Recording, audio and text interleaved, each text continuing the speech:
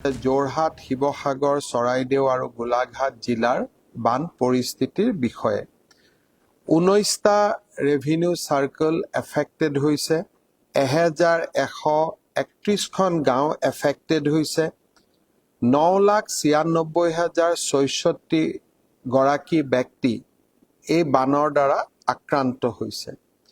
চৰকাৰে 185টা relief camp পৰিচালনা কৰিছে আৰু বৰ্তমানেও 67,697 ব্যক্তি ৰিলিফ কেম্পত আছে 71 গৰাকী ব্যক্তি আমাৰ মাজৰ পৰা আঁতৰি গৈছে অৰ্থাৎ মৃত্যু হৈছে আৰু শিৱসাগৰৰ এজন ব্যক্তি এতিয়াও সন্ধানহীন হৈ আছে 397টা অংগনবাদী চেণ্টাৰ ক্ষতিগ্ৰস্ত হৈছে 598খন বিদ্যালয় ক্ষতিগ্ৰস্ত হৈছে আৰু কেইবাটাও চৰকাৰী ইনফ্ৰাষ্ট্ৰাকচাৰ এই বান পৰিস্থিতিৰ ফলত ক্ষতিগ্ৰস্ত হৈছে আৰু ৰাইজে তাক দেখাও পাইছে বৰ্তমানলৈকে আমি চৰকাৰৰ ফালৰ পৰা ৰাইজক সহায় কৰাৰ প্ৰচেষ্টা চলাই আছো আৰু বিভিন্ন এনজিও জনহিতৈষী সংগঠনেও বান সাহায্য অব্যাহত ৰাখিছে চৰকাৰৰ ফালৰ পৰা এতিয়ালৈ 19,469 কুইণ্টল চাউল 3,622 কুইণ্টল দালি আৰু 84,000 লিটাৰ মিঠাতেলকে ধৰি বিভিন্ন সহায় আমি ৰাইজলৈ আগবঢ়াইছো মই যোৱা ফেচবুক লাইভত আলোচনা কৰিছিলো যে এতিয়া আমি কিট এটা বনাই য'ত নেকি 8 কেজি চাউল আমাৰ 4 কেজি দালি 1 লিটাৰ মিঠাতেল থাকিব এই ধৰণে এতিয়া আমি 1 কেজি 2 কেজি কৈ ৰিলিফ নিদি প্ৰতিটো পৰিয়ালক এটা কিট তুলি দিয়াৰ ব্যৱস্থা কৰিছো আৰু সেই অনুসাৰে আমি এতিয়ালৈকে আমাৰ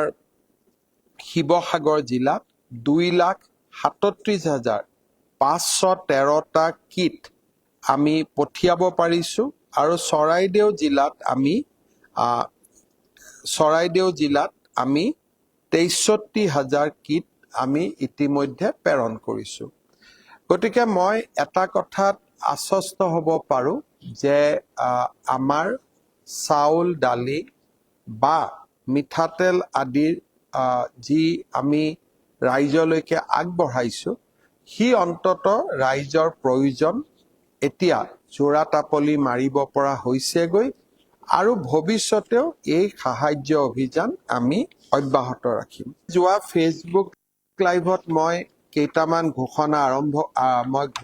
উল্লেখ কৰিছিলো যে প্ৰতিটো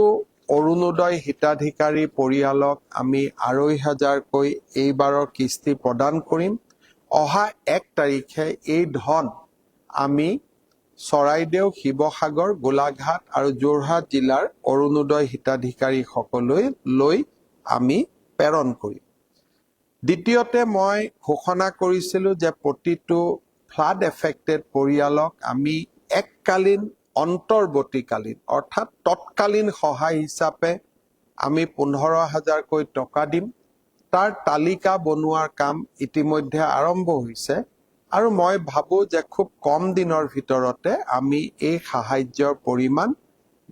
বা সাহায্য আমি বেংকৰ জৰিয়তে বেংক একাউণ্টলৈকে আমি পঠিয়াব পাৰিম বিনামূলীয়া টেক্সট বুক পাঠ্যপুথি ইতিমধ্যে আমাৰ শিৱসাগৰ চৰাইদেউ জিলালৈ পঠোৱা হৈছে আজি ৰাতিপুৱা শিক্ষামন্ত্ৰী ডাঙৰীয়াই ইয়াক ফ্লেগ অফ কৰিছিলে অৰ্থাৎ আজিৰ পৰা বিনামূলীয়া পাঠ্যপুথি যোৱাৰ যিটো প্ৰক্ৰিয়া হি আৰম্ভ হৈছে আমাৰ বান সাহায্য বা বানপানীত আক্ৰান্ত হোৱা পৰিয়ালৰ নষ্ট হৈ যোৱা চাৰ্টিফিকেট মাৰ্কশ্বিট আদি ইতিমধ্যে বিনামূলীয়াকৈ ডুপ্লিকেট প্ৰদান কৰাৰ ব্যৱস্থা অসম স্কুল এডুকেশ্যন বোৰ্ড আৰু ইউনিভাৰ্চিটি সমূহে ঘোষণা কৰিছে মই ইয়াৰ বাবে স্কুল এডুকেশ্যন বোৰ্ড আৰু বিশ্ববিদ্যালয় সমূহকো কৃতজ্ঞতা জ্ঞাপন কৰিছো ইউনিফৰ্মৰ পুঁজি আমি খুব সোনকালে পঠিয়াবৰ বাবে চেষ্টা কৰিম যাতে ক শ্ৰেণীৰ পৰা অষ্টম মান শ্ৰেণীলৈ ছাত্ৰ ছাত্ৰীসকলে আকৌ বিনামূলীয়া ইউনিফৰ্ম পাব পাৰে তালিকা বনোৱাৰ কাম চলি আছে আৰু যিটো বুক গ্ৰান্ট হায়াৰ ছেকেণ্ডাৰীত পঢ়া ছাত্ৰৰ বাবে 1000 টকা ছাত্ৰ ছাত্ৰীৰ বাবে ডিগ্ৰীত পঢ়া ছাত্ৰ ছাত্ৰীৰ বাবে 3000 টকা আৰু কলেজ বিশ্ববিদ্যালয়ত স্নাতকোত্তৰ শ্ৰেণী পঢ়ি থকা ছাত্ৰ ছাত্ৰীৰ বাবে 5000 টকা তাৰো তালিকা মহাবিদ্যালয় বিদ্যালয়সমূহৰ সহযোগত ইতিমধ্যে নিৰ্মাণ বা ইতিমধ্যে প্ৰস্তুত কৰি থকা হৈছে এতিয়া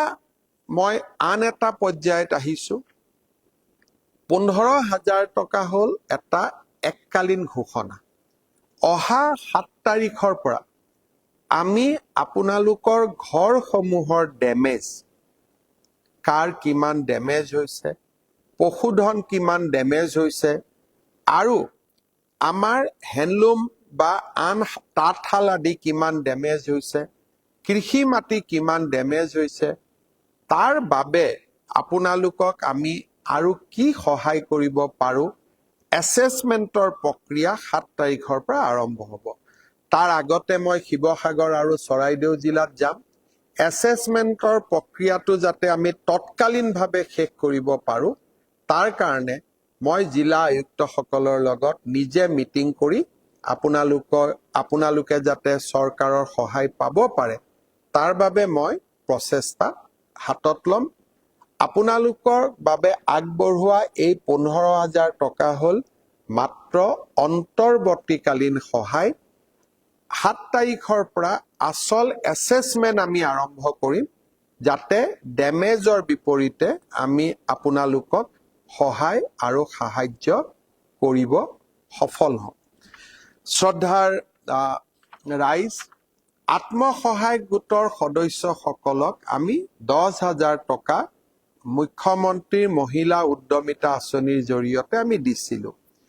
আৰু এই 10000 টকাৰ ভাল ইউটিলাইজেশন হলে আমি ভৱিষ্যতে 25000 টকা দিয়াৰো প্ৰতিশ্ৰুতি দিছিলো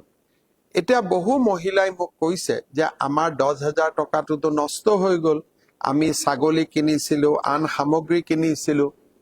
বানপানীয়ে গোটেইবোৰ লৈ গল এতিয়াতো আমি 25000 টকা নাপাম মহিলা উদ্যমিতা অভিযানৰ হিতাধিকাৰী মোৰ আই মাতৃসকলৰ বাবেও আন এটা আঁচনি মই খুব কম দিনৰ ভিতৰতে ঘোষণা কৰিম আপোনালোকে এই দিশত অলপো চিন্তা নকৰিব এতিয়া মই কেইটামান ৰাজহুৱা ঘোষণা কৰিব ওলাইছো বানপানীয়ে আমাৰ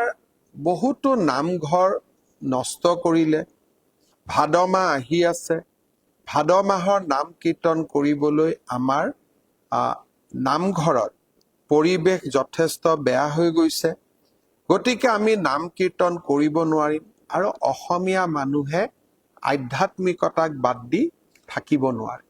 সেইবাবে শিৱসাগৰ আৰু চৰাইদেউ জিলাৰ বানে আক্ৰান্ত কৰা প্ৰতিটো নামঘৰক মেৰামতি কৰিবলৈ মই আজি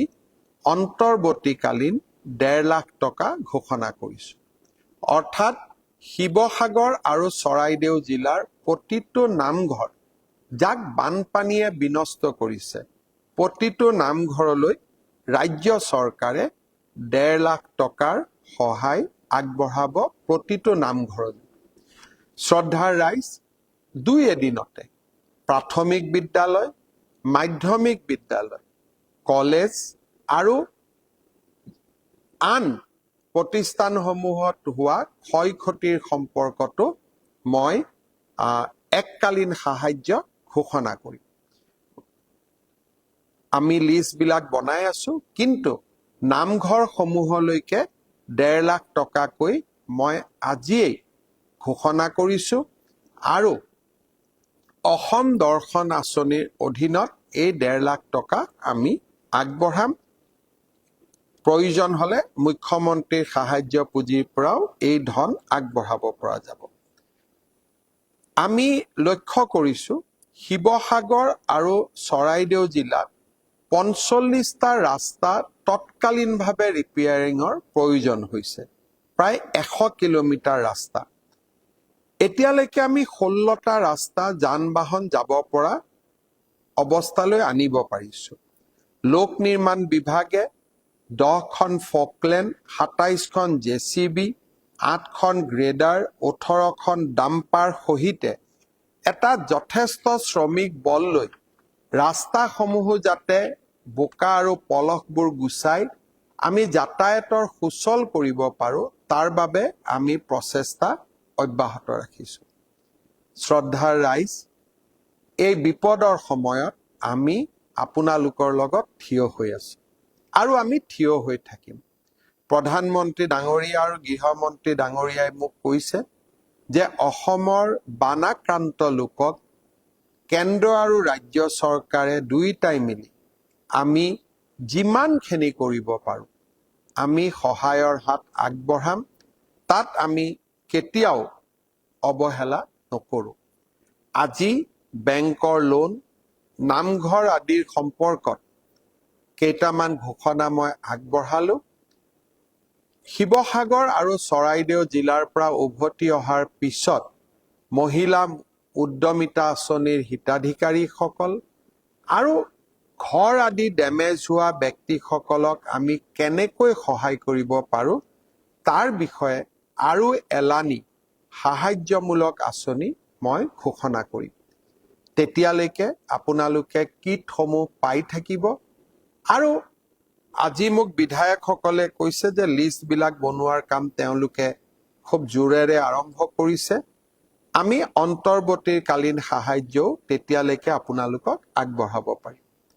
মই বহুত সময় নলওঁ, কাৰণ আপোনালোকো ব্যস্ত। ময়ো গুৱাহাটীত থাকি